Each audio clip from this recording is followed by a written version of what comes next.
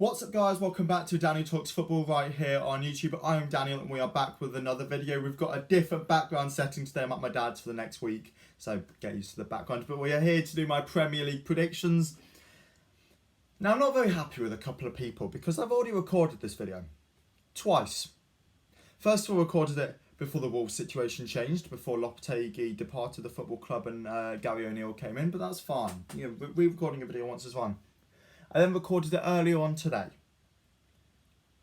when I said Caicedo to Liverpool. Well, that's not happening, is it? So I'm back here to record it for a third time. Because I've had to record this video for a third time, please do smash that like button, comment down below and also subscribe to the channel. Go over and follow the TikTok and the Instagram Daniel Talks Football on both. Right, we'll start off in 20th place. In the 20th place, I've gone for Sheffield United. They've lost Ndiaye and they've lost Burge. They will finish bottom. They lost two of their best players and they have not replaced them. When you're coming up to the Premier League, you cannot be losing to your best players. Never mind Sander Burge to another promoted side. I've got no idea where the goals are going to come from in this side. 20th, and they'll go back down to the Championship. In 19th, I've gone for Wolves. Now, initially I had them 16th under Lopetegui. I thought he would be poor for them, but I felt like they could just about scrape staying up. However, what's happened? Lopetegui's gone, O'Neill has come in, however I think he will fail. I think O'Neill is a good manager, but I think he should have gone to the Championship first. And yes, he did a good job with Bournemouth, but that was one job. You can't gauge a manager off that one job, and I can see him failing, and I think he will fail. They can't replace all the great players that they've lost because of the financial issues. People like Nunez. They lost Cody, they've lost Collins. I know Cody was out on loan last year, but the replacement for Cody was Collins. They've lost him as well. People like Diego Costa, Adama Traore, they've lost so many good players. I think Jose Sá will have to have an incredible season if they are to stay up, and I don't think he will. I had to do the video. I had to redo the video as well because of them. So, I'm fuming. Yeah. Wolves, you're damn. Moving on into 18th place. Now, I've actually gone for Luton now. I think Luton have made some good signings. I like the signing of Giles, and I like the signing of Tahith Chong as well. However, I think these are Tahith Chong, is that right? Tahith Chong, that's it. Tahith Chong. I think he's a good player. However, I think they are Championship signings. I don't think there's enough quality, but I do hope this side proves me wrong. Put them 18th, and I think if you offer 18th to any Luton fan, they will actually take it. That's not being embarrassed in the Premier League, and I actually don't think they'll be an embarrassment, to be honest. I think they'll take it down to the final day, but sadly, I think they will just be about going down. Moving on into 17th, and I've gone for Everton. Now, I like the signing of Danjuma, however, I don't think they've done enough in the market. It's annoying because I wanted to put Everton going down. I had Everton going down. I've literally got in the script because I clearly haven't changed it. I think this will be the year that Everton finally go. I don't think Dyche will see out the season. I think he'll get to that sort of February, March time and he will be sacked. And I think that this will be a really, really tough season for Everton. Just about staying up, but that's through no good business of their own. I think if they stay up, I think it will simply be because this sort of 10th down to 20th, I'm going to touch on a little bit later on in the video as well, but sort of 10th down to 20th is so weak. I don't think they'll do very well. I don't think they'll finish 17th. Moving on to 16th, and I've gone for Nottingham Forest. Now, for Forest, everything depends on two key players, Morgan Gibbs-White and Brennan Johnson. I still think there's a lot of work to be done on this squad. However, there seems to be a reluctance within that Forest boardroom sort of to go out and do any business, considering the joke they all became last summer, signing anyone and everyone. They need to focus on getting players out of the club and bringing in some quality replacements. And they seem to be struggling to do that a lot of the time. I think they'll be fine. Just really not convinced by this Forest side. And I can't see Cooper keeping up the season either. I think Marinakis did well not to sack him last season, but I don't think he'll be able to hold back this season. I sadly think Steve Cooper will be sacked, but Forest will just be staying in the Premier League. Moving on to 15th, I've actually gone for West Ham now. I don't think it'll be a great season for the Hammers this year at all.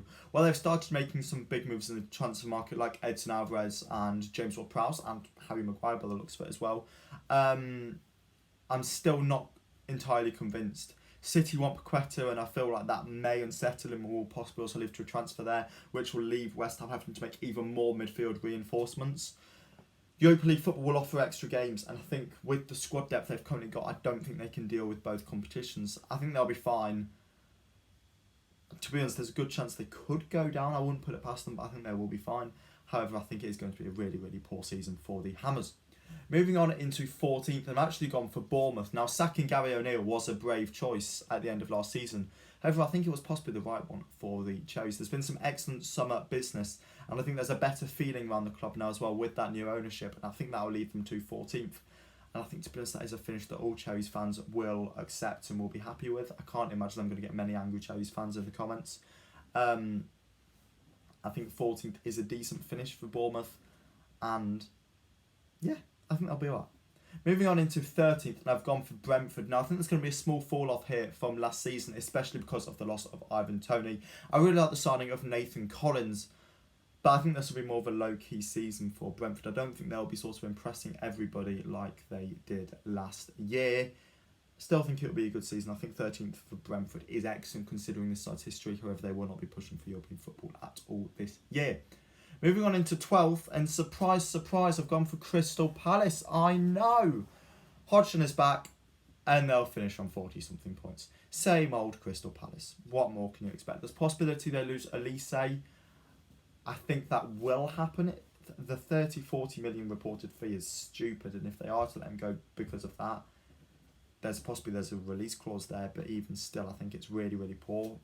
He's worth a lot more than that 50-60 million in my opinion.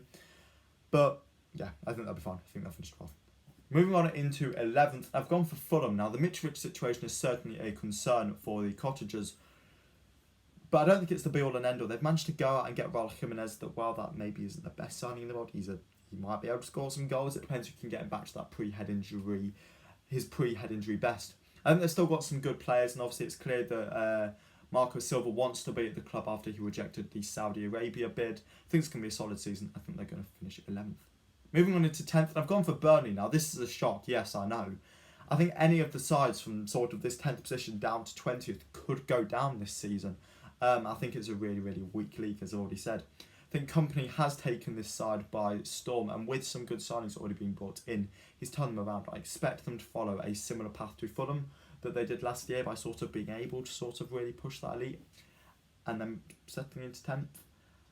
Maybe not the same way. I think the sort of style that people are going to talk about them will be the same thing as Fulham, but I think, to be fair, that gap between the side I've got a 9th and the gap between Burnley and 10th will be a fairly big gap, but I think if you offer 10 to any Burnley fan, they absolutely take it. Moving on into 9th now, and I've gone for Aston Villa now. I think it will actually be a successful season for Unai Emery's men. While they do have European football, hence the drop in places, I do think they'll have a good year and possibly even win a trophy. Could see them going for the League Cup and could also see them even pushing for the Conference League. I think Emery is taking this team to new levels, to be honest. And yeah, I'm confident with them. I'm really confident with them. Yeah, I'll go 9th. I will go 9th. As I say, I'm confident with them. I think, to be fair, there's any side from sort of 9th up to 1st, there's a good chance they finish in the Champions League places. Villa will be pushing, and I think they'll win a cup. But I think in the league, yeah, 9th place. Moving on into 8th, I've gone for the other side that really pushed the top 6 last season. It's Brighton. They've lost some key players this summer, including McAllister and soon to be Caicedo. I'm not sure how well they've replaced those midfielders, with Milner and Dahoud currently being the two that they've sort of brought in. They need to bring in some sort of new star-studded midfielders in there. I think they will do that, but they need to do it, and they need to do it fast. However, I think somebody like Evan Ferguson will develop even more and push on this season. European, however, will hurt this side, and I think 8th place is a decent enough finish for them next season. They're not to have European football and then push back up once they've also maybe got a little bit more squad depth. In 7th place, I've gone for Spurs. Now, the issue with Spurs is they've got no Harry Kane by the looks of it. It's not official by the time of recording this, but Fabrizio Romano was given it the here we go. We've got past those hiccups that Levy tried to implement into the deal, and it looks like Harry Kane will be going to Bayern Munich. Last time Spurs had to spend a lot of money after they sold a big player, it did not go down well. I like some of the signings that they've already made, including my boy James Maddison, but I think the lack of Kane will have a real impact on this side, and I think it's going to be 7th place for Spurs. Moving on to 6th, and I've gone for Newcastle. Now, I just don't think this squad is ready for Champions League football. one of the big issues is they've still got so many, I hate to say it, but so many useless players from the Mike Ashley era. People like Paul Dummett, Matt Ritchie, Ryan Fraser. These are players that are playing for a Champions League side, and that is silly. I think it's going to take a while for them to be able to recycle through all these players and actually get them out the door and be able to bring in quality replacements. I think European football will hurt them, but I think they will get 6th place. And I think a Europa League campaign for them next season is not the worst thing.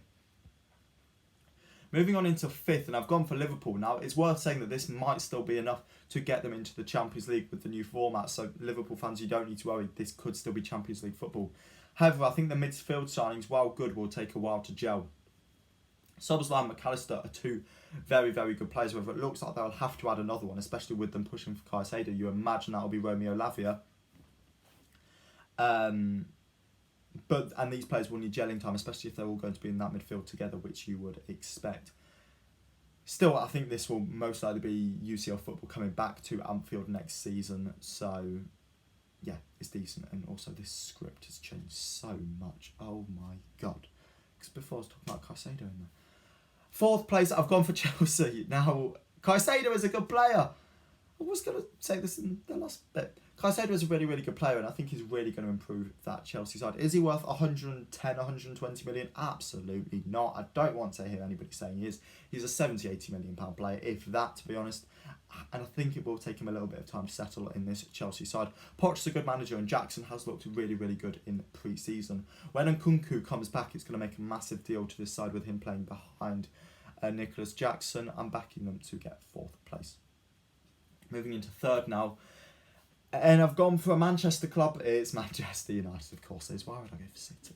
I think this side is in actually a really, really good position. I think the signing of Onana is a key signing, and Haaland and Mount are 2 players that could do really, really well. They're looking to bring in another centre-back and a midfielder, possibly Sofian Amrabat, and I think I've heard Todibo at centre-back as well.